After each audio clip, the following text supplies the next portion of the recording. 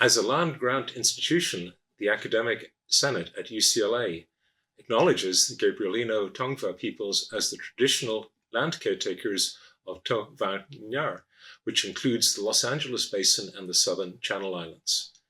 I would like to welcome all of you to the 129th Faculty Research Lectureship, which is sponsored by the Los Angeles Division of the Academic Senate. I am Academic Senate Chair Shane White. It is my honor to host this faculty research lecture, which presents the work of some of UCLA's most eminent and distinguished scholars. The purpose of the lecture is to allow the university and the Academic Senate to recognize the faculty for their superb achievements and to give the campus and the wider community the opportunity to gain new perspectives on scholarly achievements through the findings of the faculty members who are honored by the lectureship. Faculty Research Lecture was initiated in 1925.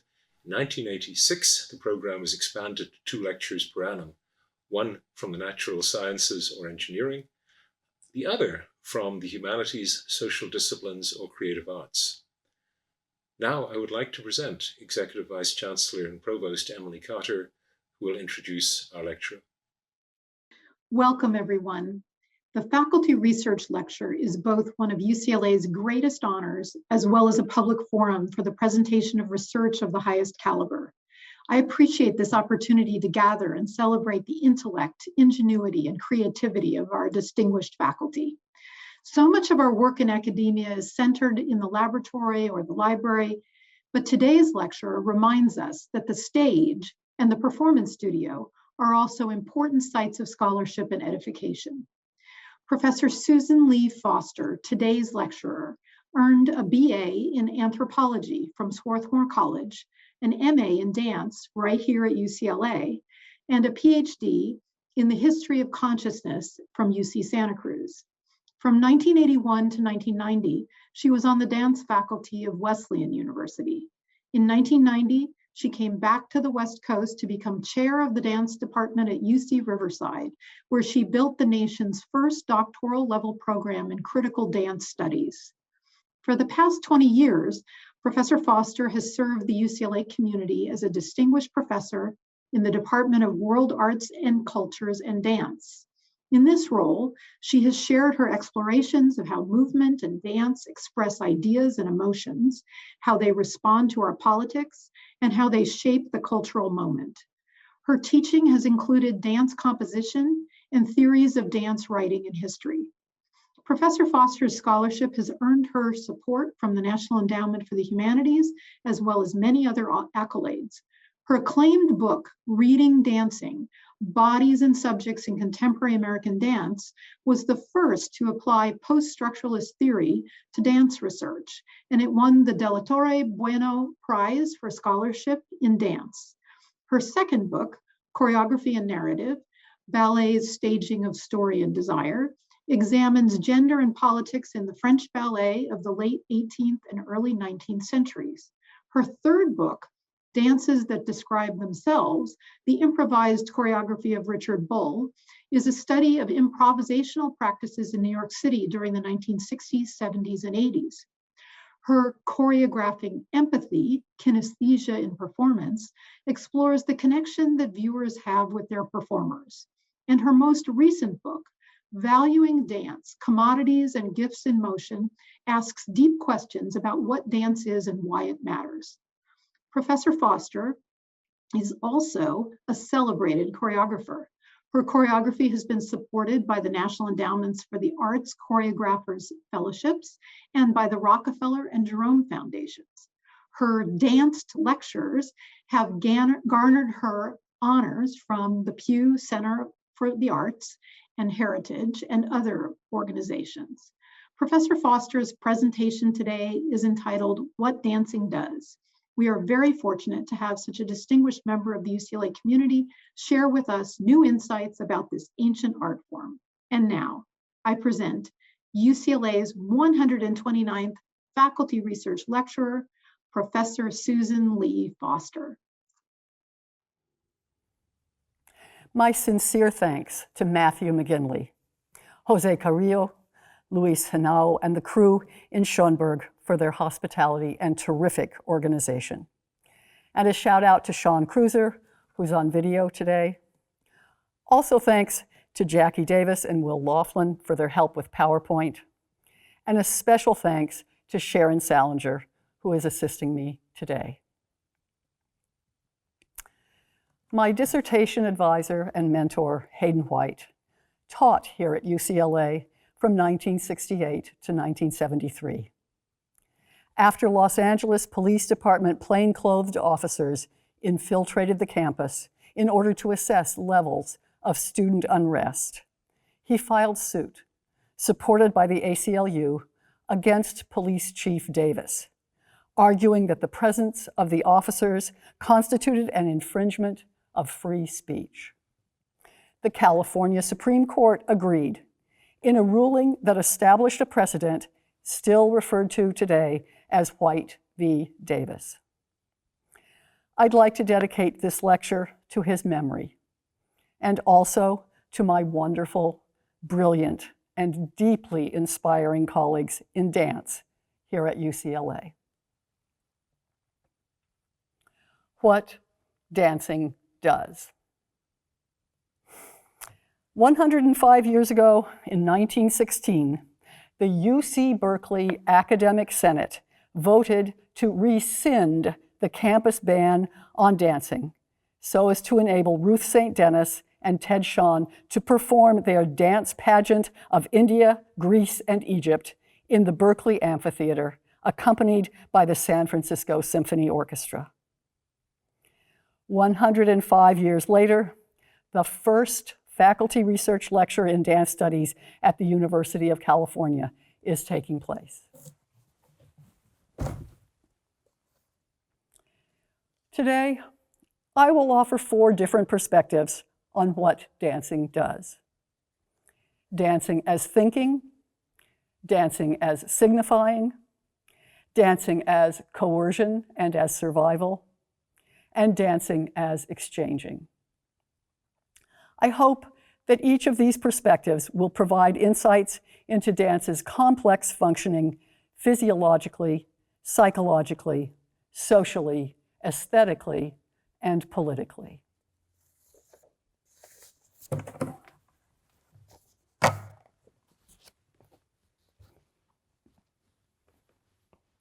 Dancing as thinking. What if this is a thought, and this is a thought, and this is a longer thought, or a sequence of thoughts? What if this really is thinking, not the expression of thought devised elsewhere and translated into bodily action, but thinking itself?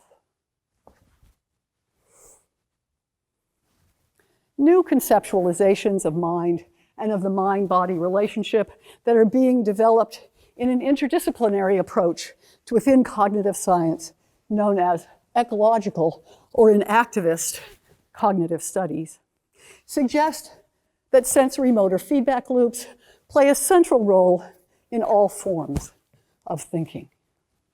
Cognition is being re-envisioned as a capacity that is both distributed and interactive. Thinking is not a process that takes place in the brain, but instead is accomplished through and across the combined neural, muscular, and perceptual systems. Drawing on the work of perceptual psychologist James Gibson, the ecological cognition thesis is grounded in the assumption that perception is the product of neuromuscular engagement with the environment. Our kinesthetic system, including proprioceptive, vestibular, and haptic forms of awareness of where we are, contribute vitally to our understanding and our ability to extract information from the environment.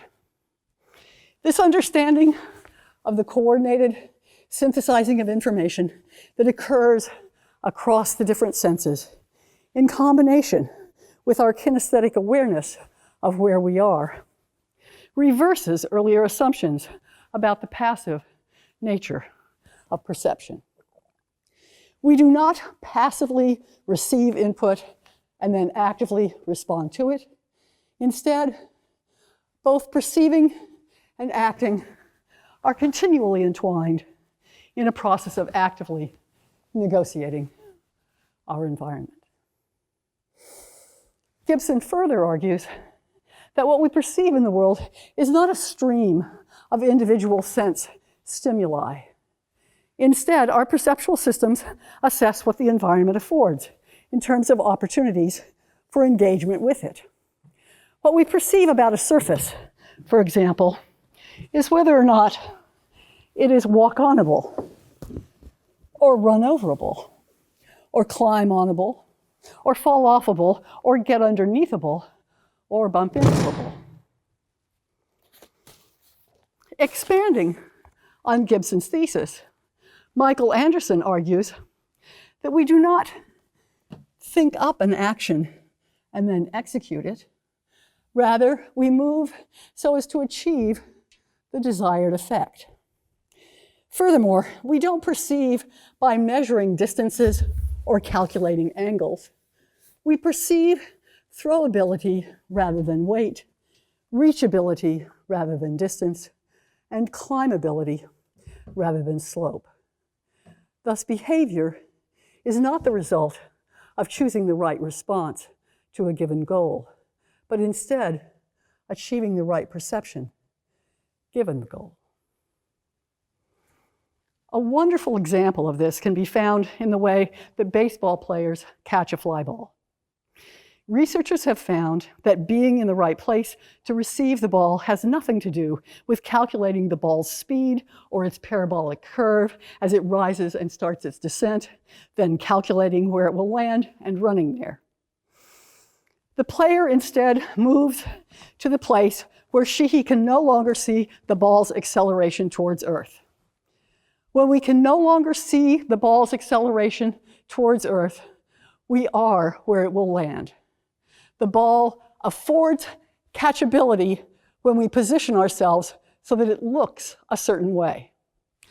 The running to the right spot, the spatial and postural adjustments, the raising of the arm are all part of thinking. Anderson adds to the ways that bodily motion is centrally involved in sense-making using the example of algebra. Studies have shown that when students learn to write an equation, they use a spatial strategy that makes it easier to see what they need to do to the various parts of the equation. Even an activity as seemingly cerebral as mathematics turns out to be, and even rely on, seeing the right perception of the equation, which in turn depends upon bodily motion.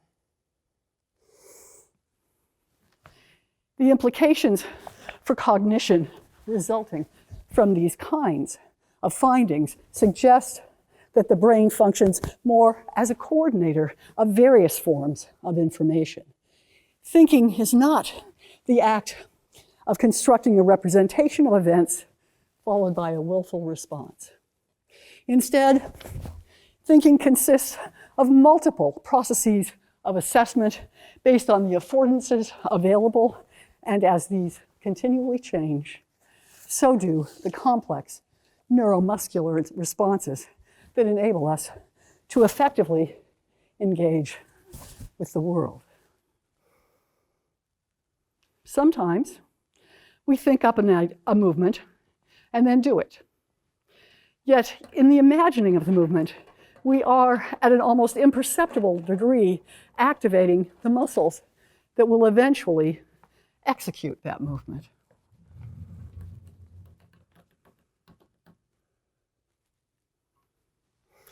Other times, we don't imagine movement first. We simply move. And the moving is itself an act of thinking.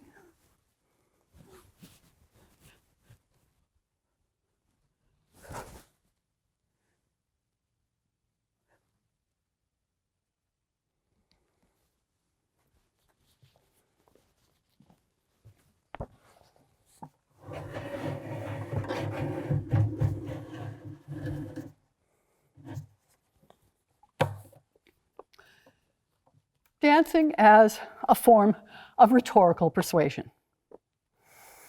Dancing puts forward a persuasive argument constructed from movement signs that are composed of signifiers and signifieds and whose relationship is historically and culturally specific.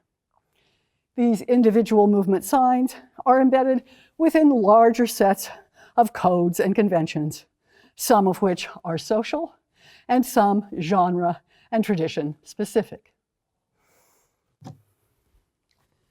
This means I'm a swan. This means, please don't shoot my swans. They're all lined up behind me here. This means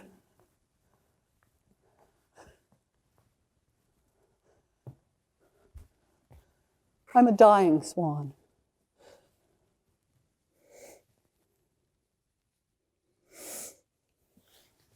It also means I'm a ballerina who's way too old for the part. Because these codes and conventions are culturally and historically specific, they change over time and across location.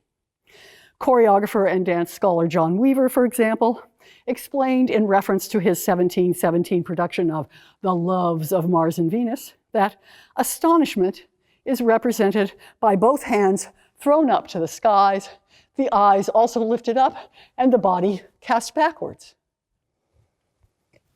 And jealousy is shown by the arms suspended or a particular pointing of the middle finger to the eye. While Weaver's description of astonishment might bear some resemblance to contemporary codes for the representation of this feeling, the enactment of his description of jealousy would never be identifiable as such today. Movement sequences utilized in Bharatanatyam or in Javanese court dances or in the Oke-Awenge Pueblo deer dances are entirely distinct and require different interpretive knowledge in order to decipher them. As Bourdieu and many others have shown, the habitus of any given cultural milieu consists of techniques of the body, protocols, and codes of comportment within which dance's codes and conventions are situated. I'm covering a lot of ground here very quickly, FYI. Within a given cultural and historical situation, a dance's use of signs in relationship to other signs construct tropological configurations of movement that can put forward an argument. These tropes manifest through relationships among body parts and the sequencing of movements. Here, for example, is one version of what could be waiting performed metaphorically. A single aspect of waiting, the conscious passing of time, translates to the foot tapping repeatedly. And here is a version of waiting metonymically. The gestures one might typically associate with waiting are indexically reproduced in movement form. And here is waiting synecdochically. The relationship of various aspects of the experience of waiting, such as yearning and searching, is what is recreated in the movement. And here is waiting ironically. What is expressed in one part of the body is undercut or commented upon by what is said in another. I'm covering a lot of ground here very quickly. Ironically, metonymically. These tropes can be used to create characters, emotions, and relationships between and among dancers. For example, the ballerina can choose to perform the Swan Queen in many different combinations of sequencing and gradations of effort, yielding different characterizations of her.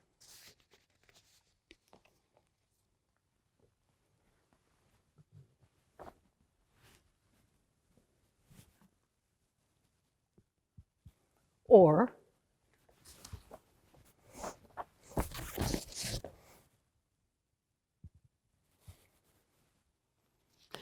look at the opening moments of Alvin Ailey's Revelations, a work that Thomas de France argues mapped rural Southern spirituality onto the concert dance stage. He writes, 4 women and 3 men stand close in tight choral formation, then spread their arms wide, palms facing upward, holding their feet firmly planted in a wide stance. The dancers push their weight downward, even as they search the heavens with upturned faces. These are people in physical bondage, invoking spiritual deliverance, who must come together to complete the communal expression of spirituality. I would add that the persistent tension between upper and lower bodies, and then the one arm that breaks away from the downward focus to climb heavenward, construct synecdochic relations among the parts of the body that represent searching, yearning, and a desire for spiritual upliftment. The final symmetrical motion of the arms with hands peeling forward suggests a connection to spirit that is to be shared by all. Constellations of movement tropes build into larger patterns of movement that drive plot and construct a narrative, or not. Regardless of whether they tell a story, these configurations of movement, in concert with the organization and trajectories of the dancers through space, coupled with the relative intensity and dynamism of the action, all work to articulate an argument about what the body is and who the dancers are, individually and collectively. These arguments can be made forcefully, seductively, quietly, persistently, or tentatively. Yet, however they reach out to viewers of the dancing, they propose a hypothesis about how the world is constructed or might be differently envisioned. In this sense, the act of making a dance is an act of theorizing.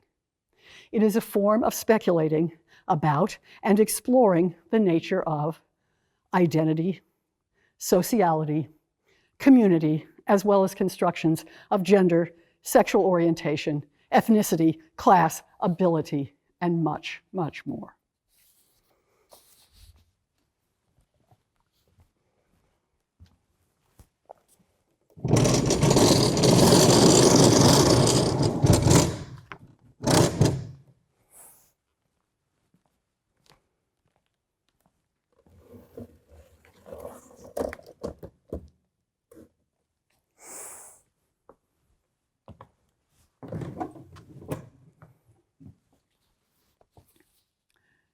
Dancing as coercion and as survival. As Saidiya Hartman and others have observed, dancing featured as a key coercive strategy supporting the slave plantation complex and the white supremacy that endured in its aftermath. Coerced dancing by slaves as a form of entertainment offered up to white slave owners, slave traders, and white passersby occurred on plantations, in coffles, in the slave pens, and on the auction block.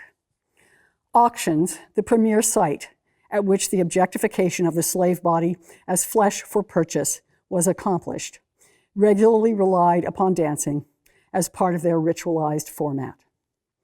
Having been dressed in Sunday best for a parade through the marketplace before arriving at the auction block, they were then disrobed so that their nearly naked or naked bodies could be examined in order to ascertain whether the slave had previously been whipped, a sign of unruliness, or was branded, the mark applied to runaways.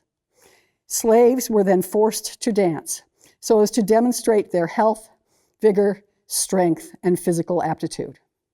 Slave after slave would be displayed and ordered to dance while potential buyers observed not only physical vitality and alacrity, but also the dancer's temperament, whether meek and compliant or obstinate and resentful. Dancing here functioned as an exceptionally cruel ordeal, since it reminded the dancer of a tribal identity, a past, and a community, while at the same time affording the possibility that the slave would be sold for a higher price, thereby potentially securing better treatment by the new owner who had paid so much. Dancing also served to mask over and even deny the fundamental violence of slavery. The fact that the auctions took place as one kind of transaction among a number of other marketplace stalls where products were displayed and sold only intensified the white supremacist command over the black person. On the plantation itself, slaves were frequently ordered to dance or play music for the entertainment of white owners, their families, and guests. There were, however, more sequestered opportunities for slaves privately to join together in dancing, and these may have provided some succor and also an affirmation of connection to history and homeland. These gatherings, always at risk of discovery or betrayal by a fellow slave, sometimes also included improvised performances of satirical dances that mocked the white dancers that slaves witnessed by exaggerating pompous and frivolous characteristics of white social dance etiquette. Such opportunities to appropriate and creatively satirize the motions of their owners may have given slaves a momentary sense of agentic command over their own movements. A second example of dancing as coercion and survival can be found in the 1950s to 80s apartheid regime in South Africa, where black mine workers were paraded into the local stadiums on Sundays, their one day off, and forced to dance for the entertainment and amusement of white onlookers, both locals and tourists. Authorities reasoned that the dancing would display the general contentment and well-being of the miners, while at the same time exhausting the workers so as to ensure against any form of insurrection or rebellion. They also rationalized the dancing as a form of relaxation and recreation for the workers. Mine owners bragged about their liberal willingness to let the miners perform native dances, and white viewers were reaffirmed in their stereotypic assumptions that of African innate impulses toward moving together rhythmically. The choreography and costuming further reinforced their assumptions about the primitive and savage tendencies of South African blacks, since mine owners provided the workers with ostrich feathers, animal skins, and other accoutrements that would summon up a fantasized pre-colonial past, while also confirming the difference between civilized and primitive peoples. The mine owners also used the dances to recruit new workers by advertising photographs of them that featured strong-looking, healthy, and seemingly happy performers. At the same time, the dancing may have offered the workers a source of pleasure and camaraderie unavailable to them during their grueling 14-hour workdays. Because the miners came from different tribes, they had the opportunity to teach dances to each other, an occasion that could have affirmed their connections to friends and family back home and to the values embodied in the different dances. It is also likely that the dancers took advantage of mine owners' lack of knowledge about the dances to choreograph satiric versions of them that deviated in humorous ways that would have offered an invigorating form of subterfuge and resistance.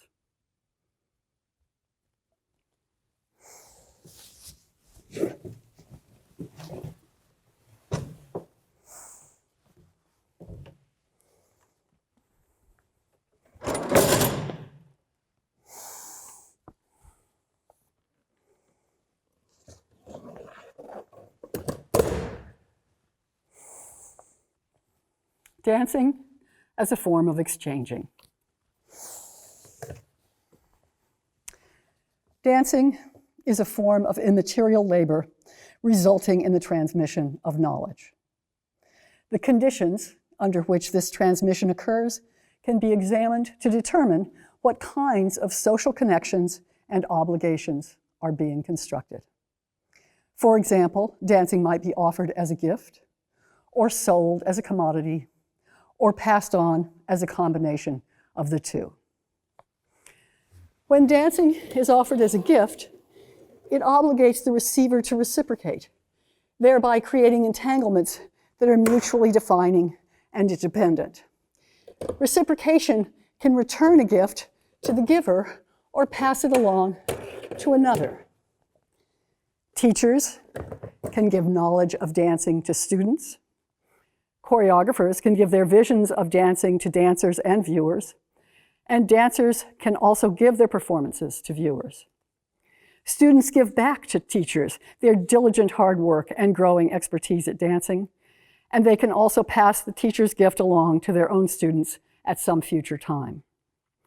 Choreographers give their creative vision to dancers, and dancers give their virtuosity and hard work at attaining movement skills to viewers. Viewers, in turn, give their attention, their applause, or not, and their responses to the dance that they share with others. If, in contrast, dancing is sold, a completely different set of priorities comes into play that, in turn, construct different social relations between sellers and buyers. In commodity exchange, the transmission of dancing needs to turn a profit. Thus, pedagogies and movement vocabularies become standardized, and choreography and performance become spectacularized. The labor of learning and making dancing must be accomplished in the most efficient way, while at the same time yielding a glossy, enticing, most often eroticized, and also orientalized, eye-popping performance. Rather than the mutual indebtedness that giving constructs, the conditions for selling dance produce isolated, independent agents who purchase dance based on convenience, pricing, and market appeal. And whereas the giving of dance entails a deeper engagement with ecological, social, and historical details of the milieu in which the transfer takes place, the selling of dance detaches it from the specificities of its location, enabling it to circulate freely. Because dancing involves so many types of participants, its transmission usually combines instances of giving and of selling. The popular television show So You Think You Can Dance, for example, clearly displays choreography that has been made as a commodity, emphasizing, as it does, clear lines for the limbs, rhythmic precision, speed and dexterity at coordinating parts of the body, a marked orientation towards the front of the performance space, and fervent facial expressions depicting a highly standardized range of emotions.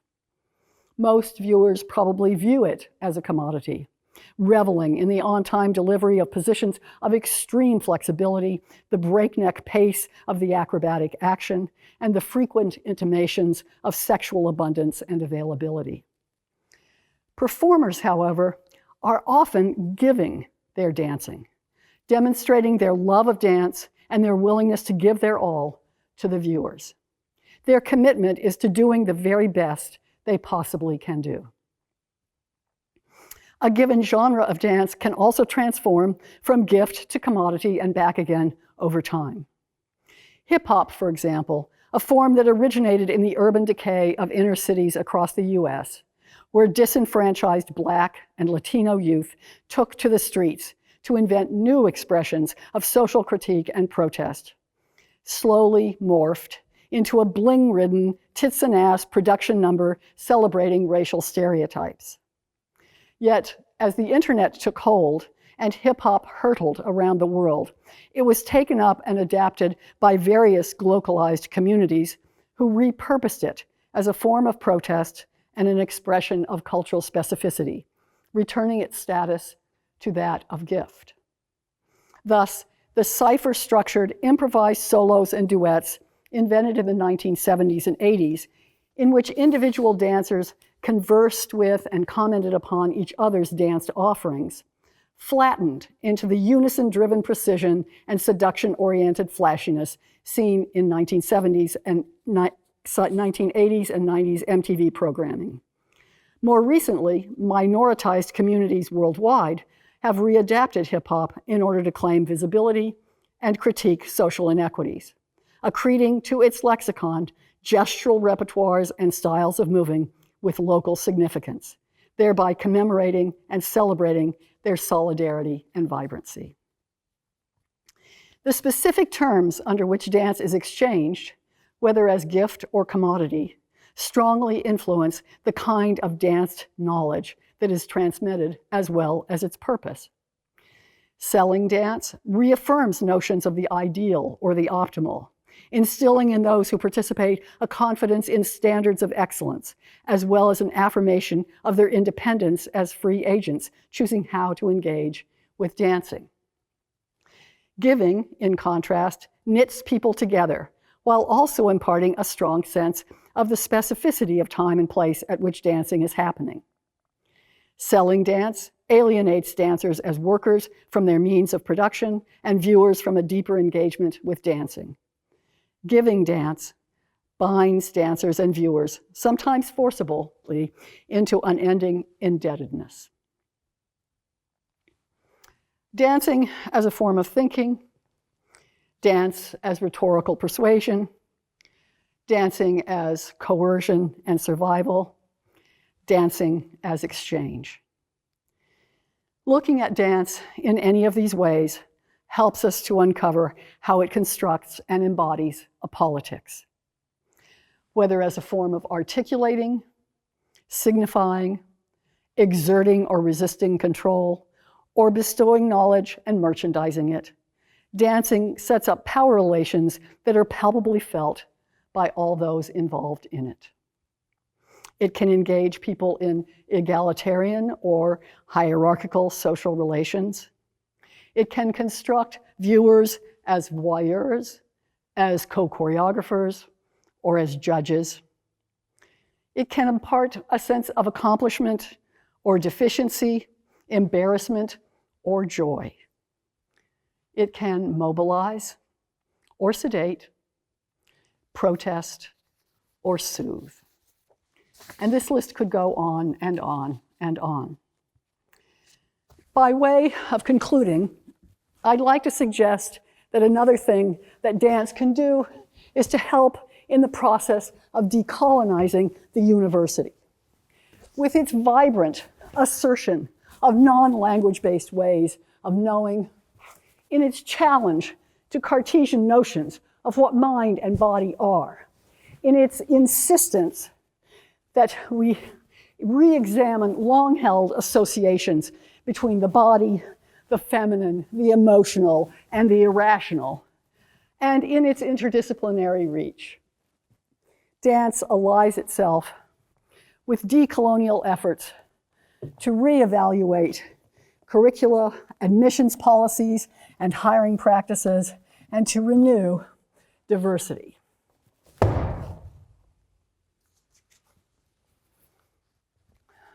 Put differently, hopefully it won't be another 100 years before the next faculty research lecture in dance.